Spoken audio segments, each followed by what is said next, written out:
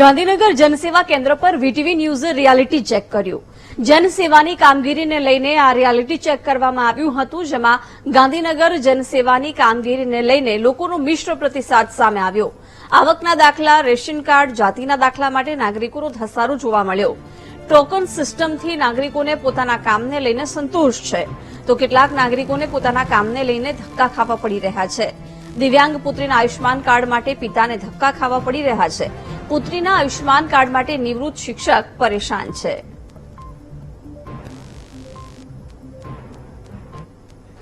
રાજ્યભરમાં જનસેવા કેન્દ્રો ઉપર સામાન્ય માણસ સૌથી વધુ કામ માટે પહોંચતો હોય છે અને આ જનસેવા જે કેન્દ્રો છે તે કેન્દ્રોની અંદર લોકોના કામો જે છે તે પૂર્ણ થઈ રહ્યા છે। લોકોના કામો જે છે તેની અંદર ડિલે જોવા મળી રહ્યો છે કે આ કામોમાં જે છે ક્યાંક ગતિ જે છે અટકે છે કે કેમ, તેને લઈને વીટીવી સમગ્ર ગુજરાતની અંદર જે છે તે રિયાલિટી ચેક કરી રહ્યું છે। આજે આપણે આવી પહોંચ્યા છીએ ગાંધીનગરના જનસેવા કેન્દ્રની અંદર। ત્યાં જિલ્લાના તમામ કામગીરી જે છે તે કરવામાં આવે છે।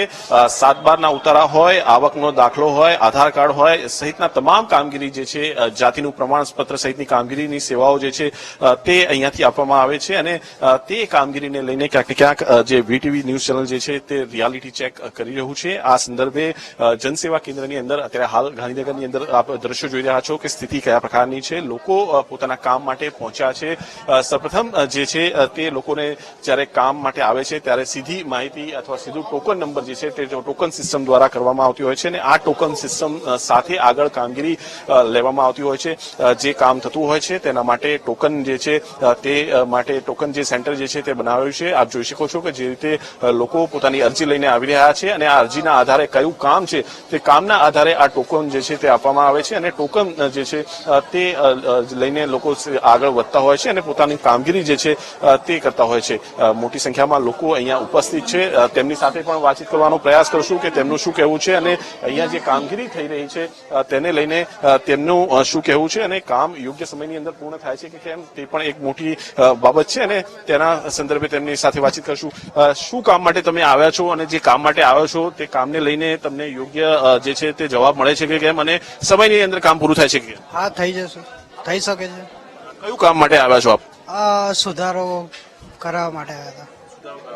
અને યોગ્ય પ્રતિસાદ અહીંયાથી લોકો જે છે કર્મચારીઓ તરફથી મળે છે કે કેમ? હા, મળે છે ને, બધો સારો પ્રતિસાદ જે છે તે કર્મચારીઓ તરફથી મળે છે।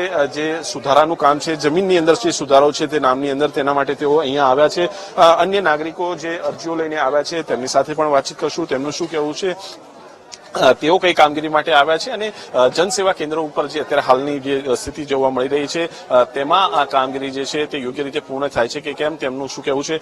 કયા કામ માટે આપ આવ્યા છો અને કામ તમારું ઝડપી પૂરું થઈ જાય છે? તમારે શું કહેવું? થઈ ગયું કામ। રેશન કાર્ડ નવું બનાવવા માટે આવ્યા હતા। કેટલા દિવસમાં કામ પૂરું કર્યું? અમારો અત્યારે આપી દીધા પુરાવા, અઠવાડિયા પછી લેવા બોલાયા। જે રેશન કાર્ડના પુરાવા, કોઈ પણ કામગીરી માટેના પુરાવા અરજી સાથે જે છે તે લોકો અહીંયા પહોંચી રહ્યા છે અને તેમનું અરજી સાથેની કામગીરી પૂર્ણ કરી જે છે તેમને લેવામાં આવે છે। ટોકન સિસ્ટમથી જ આ કામગીરી અત્યારે હાલ ગાંધીનગરની જનસેવા કેન્દ્રની અંદર કરવામાં આવી રહી છે। અન્ય જે નાગરિકો છે તેમની સાથે પણ વાતચીત કરશું। કાકા, શેના કામ માટે આવ્યા છો અને શું પ્રતિસાદ અહીંયાથી મળી રહ્યો છે અને કામ કઈ રીતે થઈ રહ્યું છે, તમે શું કહે છો? હું આવક અંગેનું પ્રમાણપત્ર મેળવવા આવ્યો છું। અહીંયા કામગીરી માટેની વ્યવસ્થા સરસ છે। દરેકને ટોકન આપવામાં આવે છે અને ટોકન પ્રમાણે કોઈને લાઈનમાં ઉભા રહેવું પડતું નથી। આરામથી બેસી અને જ્યારે વારો આવે ત્યારે એ પોતાનું કામ કરી શકે છે।